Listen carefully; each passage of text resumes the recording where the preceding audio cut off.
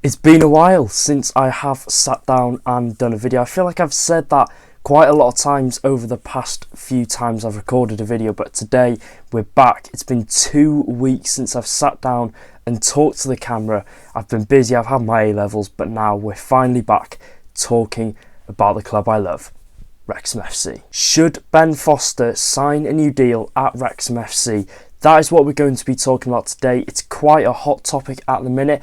A lot of people aren't sure on whether Foster will stay on. Will he retire? Will he continue with his YouTube side of stuff? Or will he sign a new 1-year or 2-year deal at Wrexham FC as we go into our first season back in the EFL? We're just going to have a bit of a discussion whether Foster should sign. Have we seen any signs of Foster saying that he could potentially stay at the club? How he steadied the ship in the back line ever since he did sign, and how he's been an influential part of our back line and how he played a very big role in those final 8 games. So on the 23rd of March, Wrexham announced the signing of Ben Foster on a short-term deal until the end of the season. This came after our usual number 1 goalkeeper, Rob Lainton, suffered an injury away at Bromley on those plastic pitches that everyone hates. So Lainton did suffer that injury away at Bromley, which obviously meant Foster was available. Wrexham got in touch with Foster and obviously he came into the club. He signed that short-term deal until the end of the year, and in the 8 games that Foster played, he only conceded 8 goals. Bearing in mind, we played some really top teams in the league, the likes of Barnet, Notts County and Boreham Wood. He also kept 3 clean sheets in those 8 games as well. It's fair to say he really did use his Premier League experience to steady the back line. And then obviously after the season ended and after we clinched promotion back to the EFL, the retained list that does come out every year did come out, and in that retained list we did see both goalkeepers, Rory Watson and Kai Calderbank Park, released, which means obviously we've only actually got 2 current goalkeepers at the minute, Mark Howard and Rob Lainton. And most importantly, in that list it did say that a discussion will be held with Ben Foster to establish whether he wants to carry on his football career or whether he will go back into retirement. So that's just a brief of what has happened with Foster so far, and now we're going to be talking about Foster. Do I think he'll stay? Is there any signs that he'll stay? And yeah, let's get talking. So Foster's short spell at Wrexham FC was obviously a massive hit within football fans, just across the world in general. It became a massive hit when he did sign for Wrexham. Obviously, when he first signed, we knew that Foster was going to be of a high quality because he's coming off the back of a very successful Premier League career and obviously off the back of a season in the Premier League with Watford FC, playing in the biggest league that there is in the world of football. And we also knew he's going to be of a high quality, even though he'd had 8 months out of the game. It would have been understandable if a goalkeeper was maybe a bit rusty if he'd recently retired from a League One club, but a Premier League club, all those intense years of fitness training in the football club, you'd expect him to have remained at a level of fitness, and it showed when he played. I think he fitted in really well with the team, got along with the players really well, formed that connection with the players and the fans as well. I don't think I've seen in my life a connection between a player and the fans so strong as when Foster came in, and I felt really assured when he was in the goal. His distribution, his decision making from crosses and set pieces was top notch, and his communication, as we've seen on his chest cam in his vlogs, was again top notch, and I think it really helped the backline, just like I've said before, steady the ship, and I think he really added that extra bit of quality to it. And I think that played a huge factor in the final running of the 8 games where we conceded just 8 times in those games. Our backline looks stronger than ever. And obviously Ben Foster has been in these situations before, high stake ends to the seasons, cup finals where he obviously did win it in the Carling Cup final for Manchester United, and you knew that he was going to bring that experience into the changing room at Wrexham FC. I wouldn't say we've got a young group, but we've got a group that a couple of them have achieved promotions in the past, but when you get a player like Foster who has played at the top level for X amount of years, you know that he's going to bring that experience. And we've seen in the AAA from Wrexham FC, he's vocal in the dressing rooms, he's really encouraging the players to do well, and I think that is really helpful in that time of the season. Overall, I think Foster was a massive hit. It was a great signing. We knew it was going to be a great signing from when it was first announced, and I think he looked really solid at the back. There was obviously a lot of pressure on not only Foster but on the whole of the football club, all of the players, to get promoted, and there was a lot of pressure to really perform in those final 8 games, and I think the whole team and Foster absorbed it, and they did really, really well in gaining promotion, and Foster played a huge role in that. Oh, as well, you couldn't tell that Foster was 40 years old. You know, he looked really sharp, and that just shows age is just a number. Now we're going to be discussing if I think Ben Foster will stay on at Wrexham FC in League 2 next year.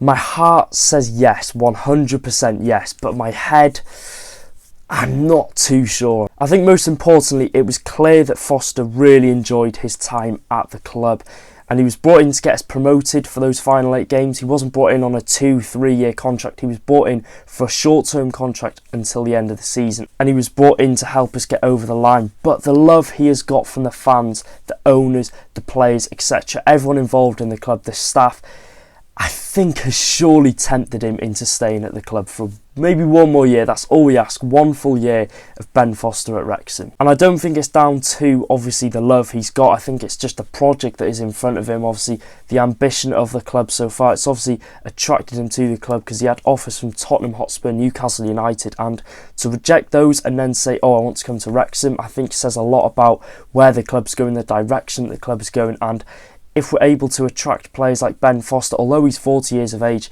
it doesn't matter. He's still fresh off a Premier League season, and I think it does say a lot about where this football club is heading. I think that could definitely play a massive factor as well if he does sign another year. The love he has got from the fans, obviously he's got his own song about him.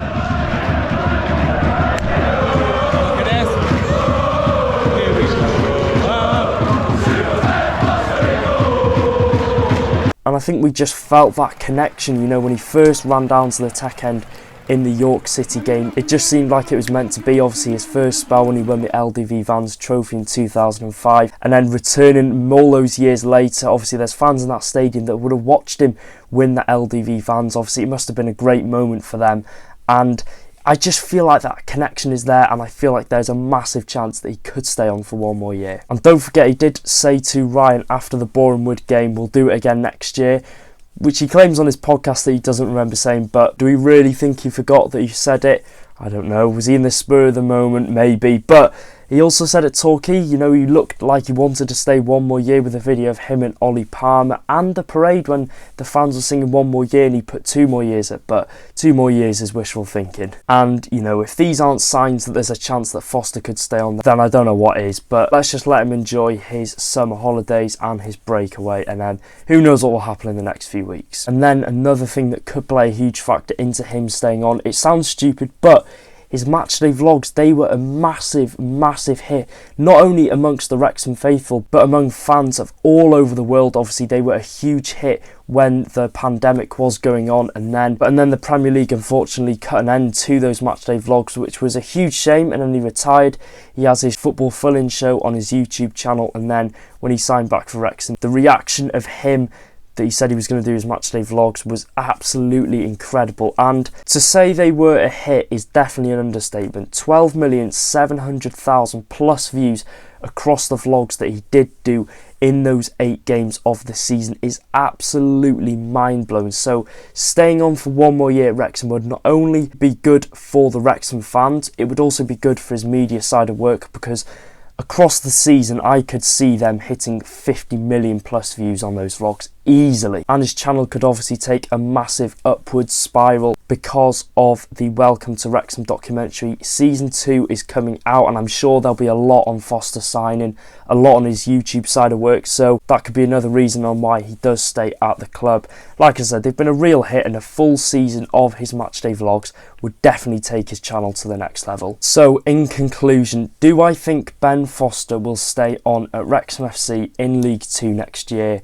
Yes, purely because I think he's obviously achieved promotion of getting us back into the Football League, that 15-year agony in the National League, that 15 years of pain, and then to be back into the Football League, I think he's going to want to be a part of that team that made it back up to the EFL, the team of heroes that made it back up, and then I think he'll want to play a part in League 2 next year. And like I said, obviously he's enjoying his break at the moment, but I am sure he will give us one more year of GoPro in the goal. Like I said, it will help his side of like his media work, his YouTube channel, it will help that massively. And if he plans to get Ryan Reynolds and Rob McElhenney on his podcast, then who knows, something could go down there. But what I think is, I think he'll sign a new contract extension in the next few weeks. Like I said, nothing's certain. I'm not like an inside source or anything, but that's what my heart says, and you've got to go with your heart. Oh yeah, and let me know in the comments section down below, do you think Ben Foster will stay on for one more year at the Kairos? And let's say that Foster doesn't stay on at the racecourse for one more year. Some potential replacements might be Lawrence Vigouroux,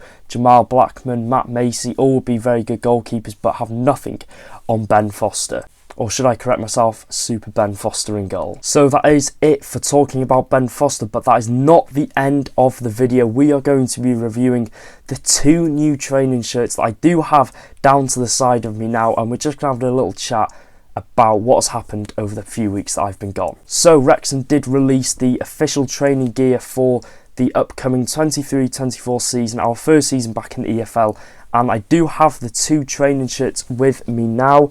The black one is here. Obviously, the main thing that stands out is the Betty Buzz sponsor on the training shirt. Last year it was the Aviation Gin, which I've just put in the washing basket now. But yeah, there was obviously mixed opinions on the design on the front, but I think it's bold, it's unique, it makes it stand out, and I think that's what they obviously wanted to do with the training wear.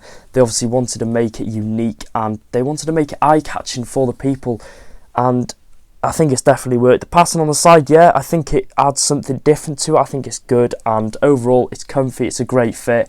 The collar, it's just minor details like that. They could have just put like 0 effort in, like most clubs do in our league with training wear, but they've gone that next step and they've made it absolutely incredible. So 10 out of 10 for the designs on these. And obviously here is the red one. In my opinion, I'm more of a person who prefers the black training shirts. Obviously I've got the first training shirt, the Aviation Gin one from a few years ago, but yeah, they look good either way in red. Really nice pattern down the side there as well, but yeah, I'd go for the black one over the red one. But let me know in the comments, which one do you prefer? You may have seen on the community post a few weeks ago that I said I was going to be taking a break because I was doing my AS levels in school. AS levels are the first year before you do your A levels, so I was very busy with those. I've done them though, they're done and dusted. And for anyone wondering, I took business, film studies and physical education PE.